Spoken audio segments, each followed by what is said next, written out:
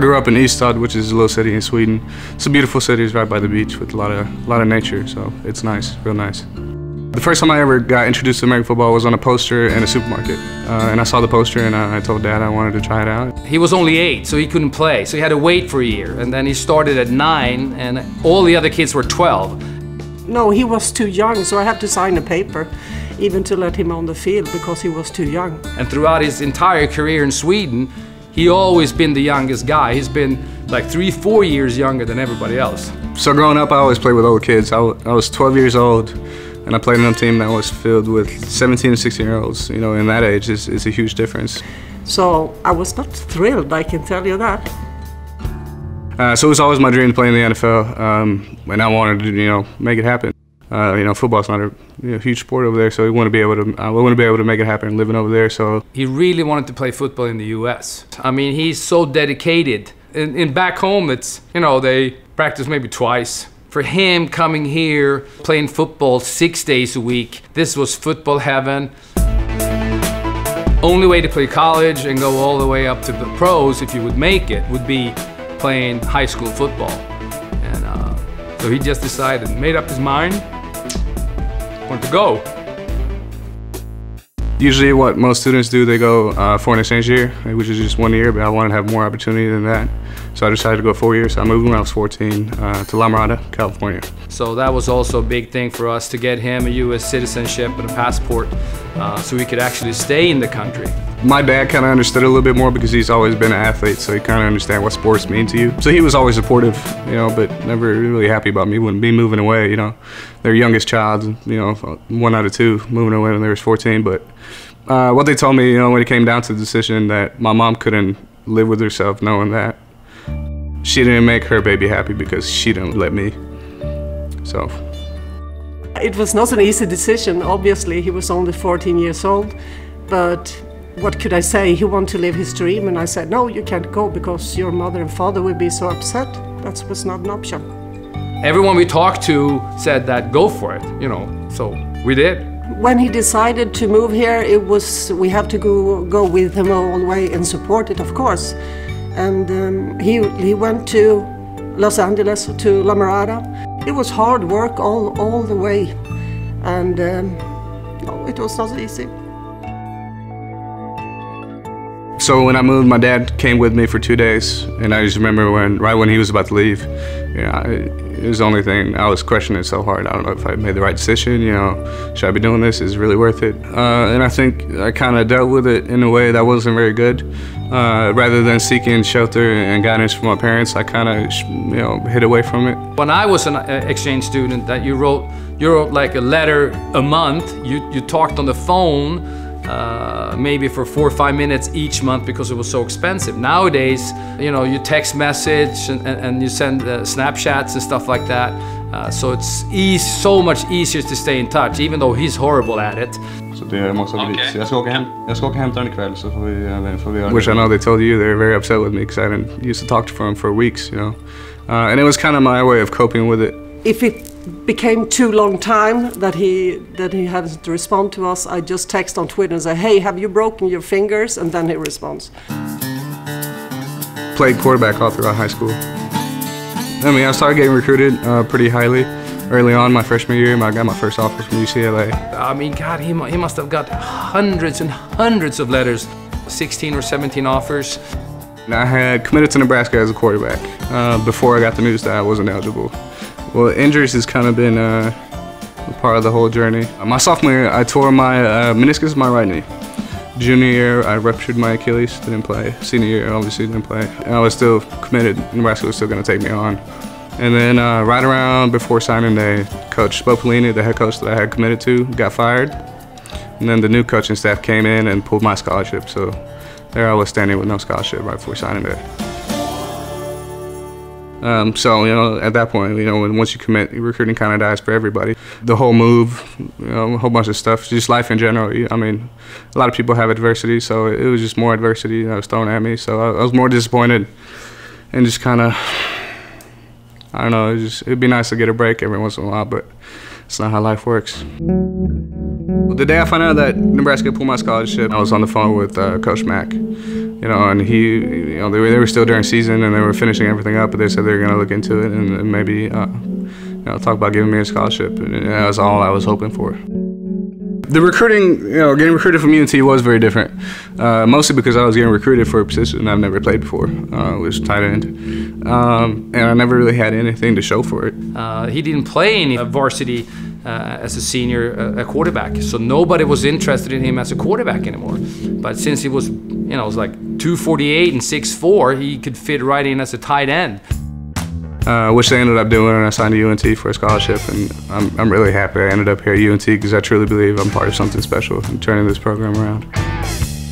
During 2 days, going into football season, I tore my LCL in my left knee, rehabbed it for about a month, and I came back the week after SMU, and I tore my ACL and my lateral meniscus in my left knee. It's kind of frustrating not being able to do the one thing that you're here to do, which is play football. And he's just a stubborn, hard-working guy. I love my family, and I always have, and it's been a huge support group. It has not been fair to my parents, because it was very selfish of me. I only saw it kind of a one-way street, and I didn't realize that, just as much as I'm growing older, they're growing older too. And I wish now that I would have been a part of their journey more. We both feel that we're missing out on each other's lives. In crucial years, they didn't get to see their son grow up.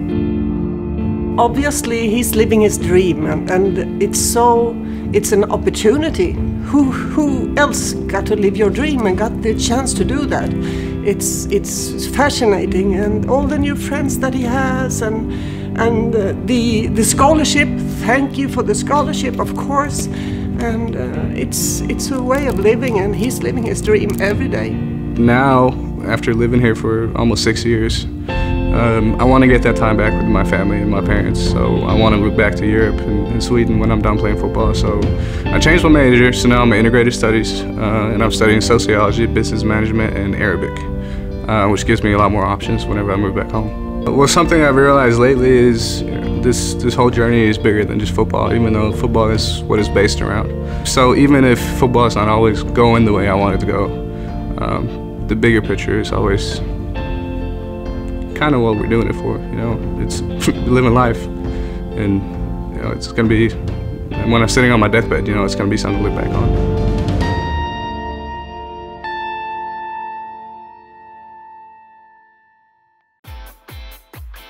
Sportsmanship is an important tradition for Conference USA members.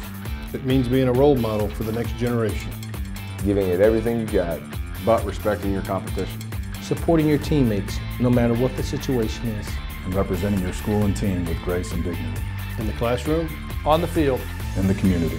And wherever life takes you. Show your CUSA pride all day through good sportsmanship. The land is big here. Vibrant cities and open skies lead the way to UNT. In our classrooms, studios, and labs, science and art converge. Creativity drives innovation, and today's learners become tomorrow's leaders. Inspiring one of America's great iconic college towns. All who come here create their own mark. UNT is a pantheon of opportunity, a place of transformation, a catalyst for the future. Caring. Community. Committed. Compassionate. Unity. Understanding. Uplifting. Unconditional. Service. Selflessness. Strength. Support. Appreciation. Accountable. Accommodating. Accepting. This is who we want to be. Every day, all day, CUSA. UNT is more than 125 years in the making. To find new solutions, we create a new point of view. We know what's possible when creativity, originality, and independent thought converge. We're ranked a Tier 1 research university. We're home to excellence the size of Texas. Define your future at UNT and soar to new heights.